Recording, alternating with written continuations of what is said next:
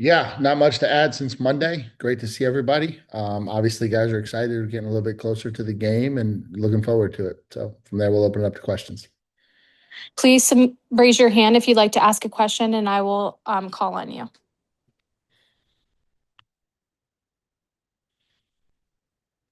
We'll start with Alex Miller.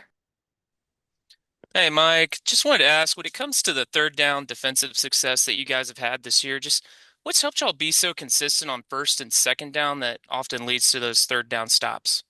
Yeah, I think we've kind of found a rhythm at times to play and get people behind the chains. We've done a better job this year being havoc, creating TFLs, creating opportunities to push people backwards. I think like all of those things have improved from year one to year two, and I think that obviously leads to the distance situations we've been in third down and some of our success. Thanks. Brian Davis, we'll go over to you. And Mike, now that you know the game's almost here, how much is your message to the guys? Just relax, go do what you've been doing all year. Don't make it bigger than it is, and do what you've been trained to do. Yeah, I don't know if you have conversations about don't make it bigger than it is. I think our kids understand the volume and the magnitude of it. I think we talk a lot about what it takes to be successful and what it takes to be successful in football doesn't change regardless of stage, regardless of opponent. It's what we prepared for, it's what we worked for, it's what we trained for, and it's our ability to go out there and put our brand on display for 3.5 hours Saturday that'll ultimately make the difference. And real quick, what in your mind?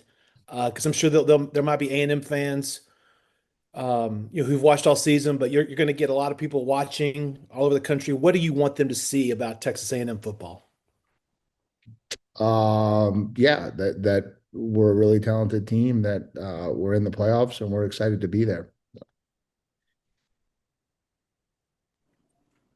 Tony, we'll go over to you. Hey Mike, we got a chance to talk to Klein yesterday, and obviously Bateman, and Klein specifically talked about just the challenges of trying to build the Kansas State program and kind of making sure that he stays here and does what needs to be done for the guys here. But he credited you for being able to have that be so like smooth and just have synergy there. Can you just talk about what that has been like, maybe different from a normal week for you guys, and just what that game planning and working with Klein in this climate has been like for you? Yeah, I don't think it's been a lot different. I think that obviously you have an extended period of time to put a game plan together, which leads for an ability to manage things a little bit better. And so I think we had an organized structure that we put in place to get everything up and running at the pace and speed that we wanted to pretty quickly. Which maybe has allowed for the game plan to get installed and freed up some opportunities for guys at night to do some of the other things that they need to do. Sam Khan, we'll have you next. Hey, Mike, I wanted to ask you about Cassius.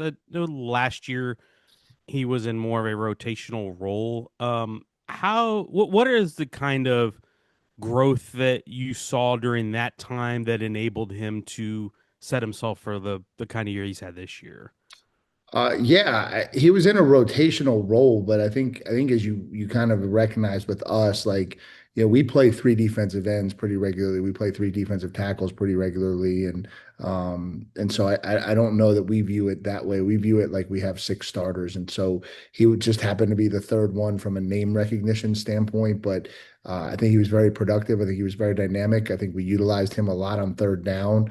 Obviously, he didn't put up the numbers and stats that he has this year, but I do think he impacted games last year, and I just think he was caught a little bit behind, three NFL draft picks from a stature standpoint, and so I think they drew naturally so a lot of the attention, and then obviously I think he put in a ton of work this offseason to help take his game to another level, and now he becomes the primary visual name also with a little bit of improvement from where he was a year ago. And that's what I think leads to kind of where he's at right now.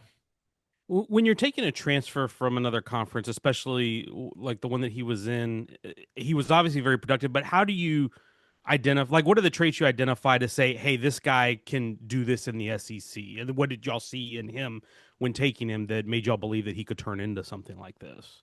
Yeah, I think you're certainly not looking at production a ton when you're watching guys. I think what you're trying to do is identify, like, is there a skill set in the film that you think correlates and translates? And so what we saw with him was a high level of athleticism, a high level of twitch, some very natural pass rush ability, but an athletic twitch element that we felt like married what we saw in this conference. And I think that's what gave us the confidence that he would be able to transition into this league and still do the same things from a production standpoint. I think you also, when you're watching those guys, I think you focus a lot on what happens when they play up.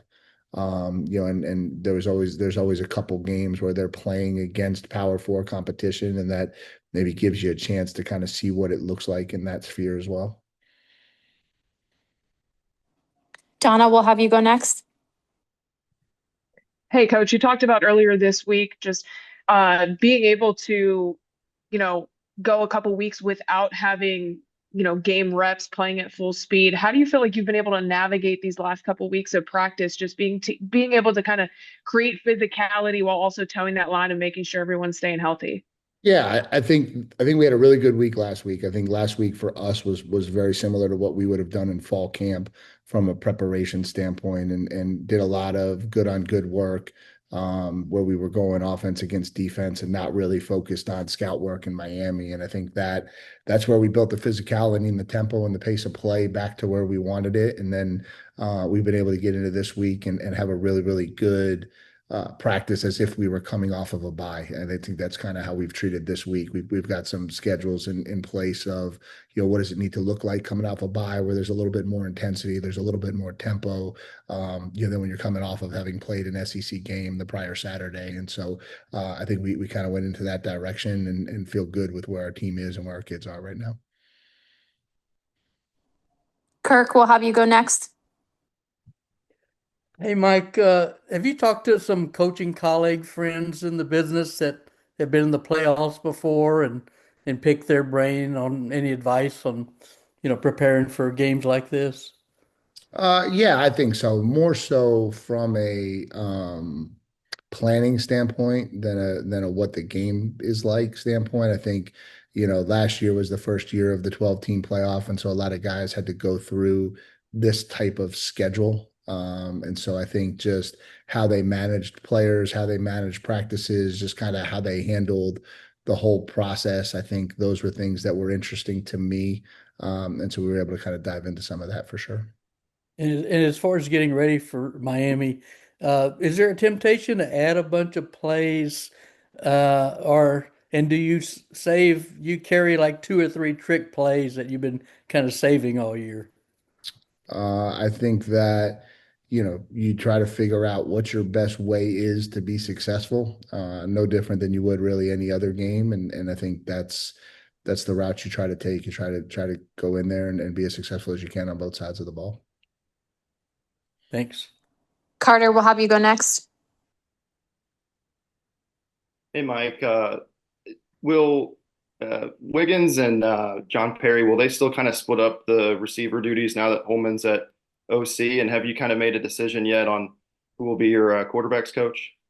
I think that you'll see John Perry take on a greater role with the wide receivers. I think that will be um, something to help Wiggins kind of take some of that off of his plate. Obviously, John's got a tremendous amount of experience, having coached the wideouts for 7 years with the Texans. And so I think we'll lean on that experience a little bit more, try to bring in another guy into the room that can help manage it. And obviously Wiggins will still be involved for sure, but I do think you want to allow him the opportunity to focus on just the overall unit and the play calling responsibilities that he's going to take on. And, we'll get to the quarterback thing when the timing is right.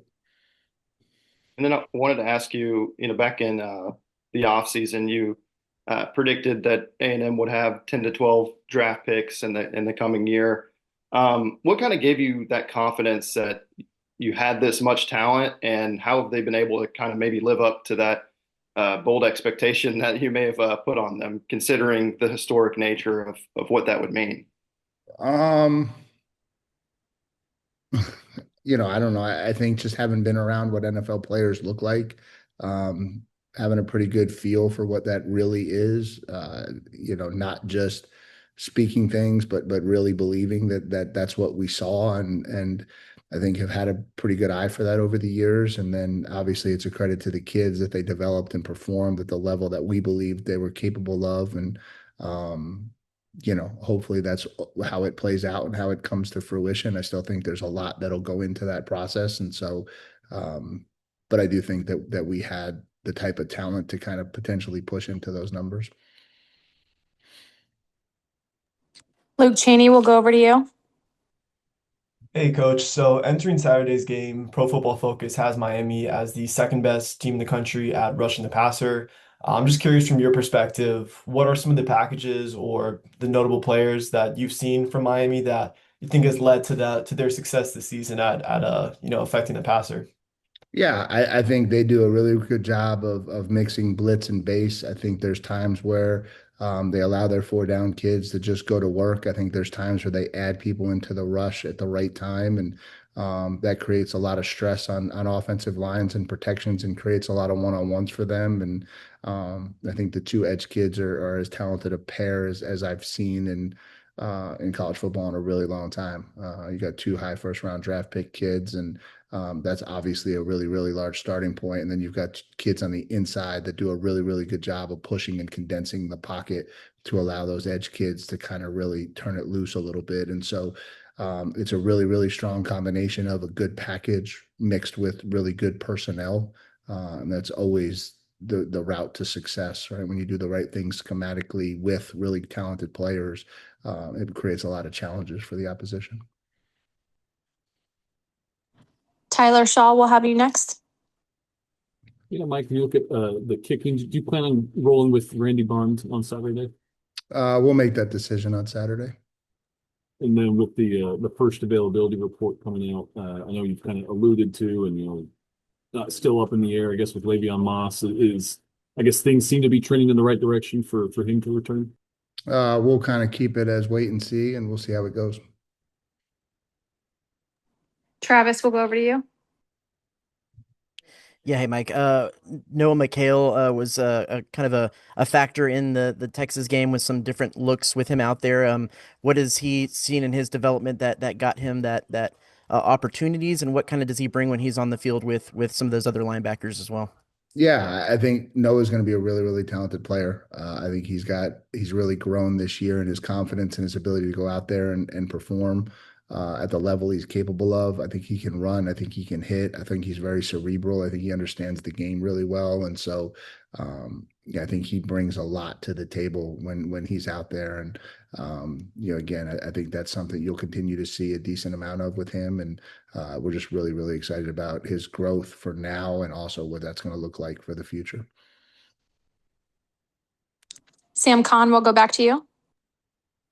Mike, when you alluded to earlier about getting soliciting guys about the routine or the plan and planning and handling the schedule, have you tried to stay true to kind of like the routine that you guys have had as a team in terms of how you handle practice and the schedule and the times and all that stuff? Has that stayed pretty consistent with what you've done all season, and how have you felt about how all that's played out?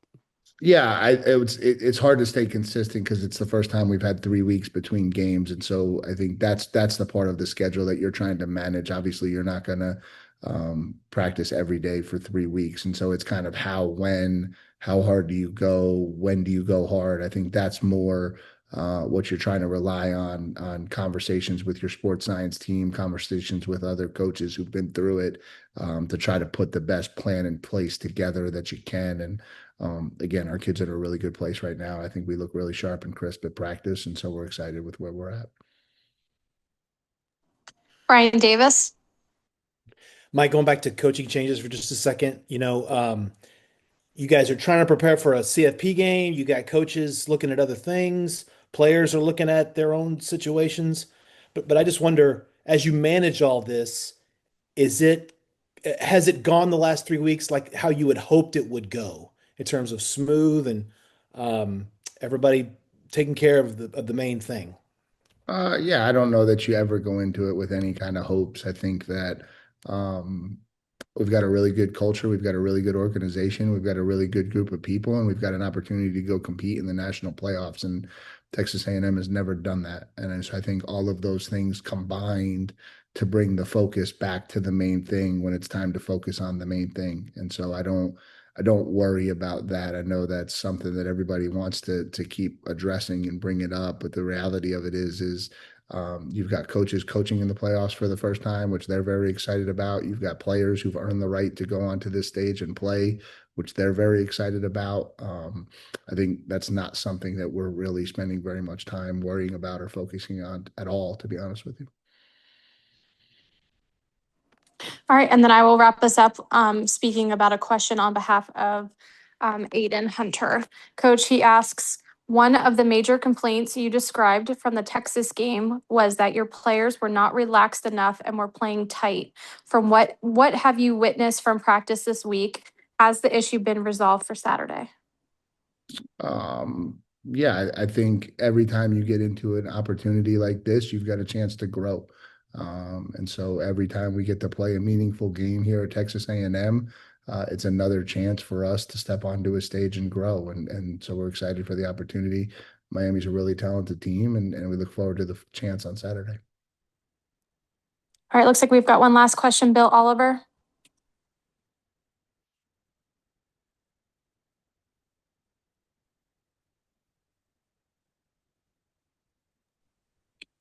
Bill, are you still there?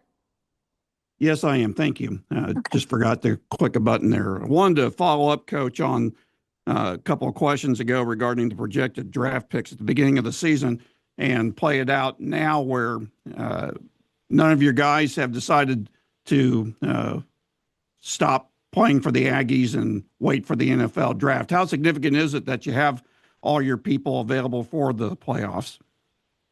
I think it's significant, but I also think it's kind of assumed at this point. I think that, again, I think maybe the magnitude of what we're about to go into is needs to be maybe, um, yeah, this is a really big deal. It's a big deal for these kids. It's a big deal for these coaches. It's a big deal for our program. And so I think that has helped all of the things that everybody is kind of talking about. You know, we haven't had anyone think about not playing in the game. We haven't had any coaches not focused. We haven't had any players not focused. We're playing in the college football playoff. This is a dream. When you get into college, when you start your playing days, and so there's a lot of excitement in our building. That's the word that is in our building right now, excitement. And not having to deal with that on your plate, that has to be a big relief for you, I would think. Yeah, I guess I would be shocked if that was something I was dealing with, though, to be honest with you. We haven't really seen much of that in the playoffs of kids not playing. Thank you. You're welcome. All right, that'll wrap us up today. Thank you all so much. Appreciate you.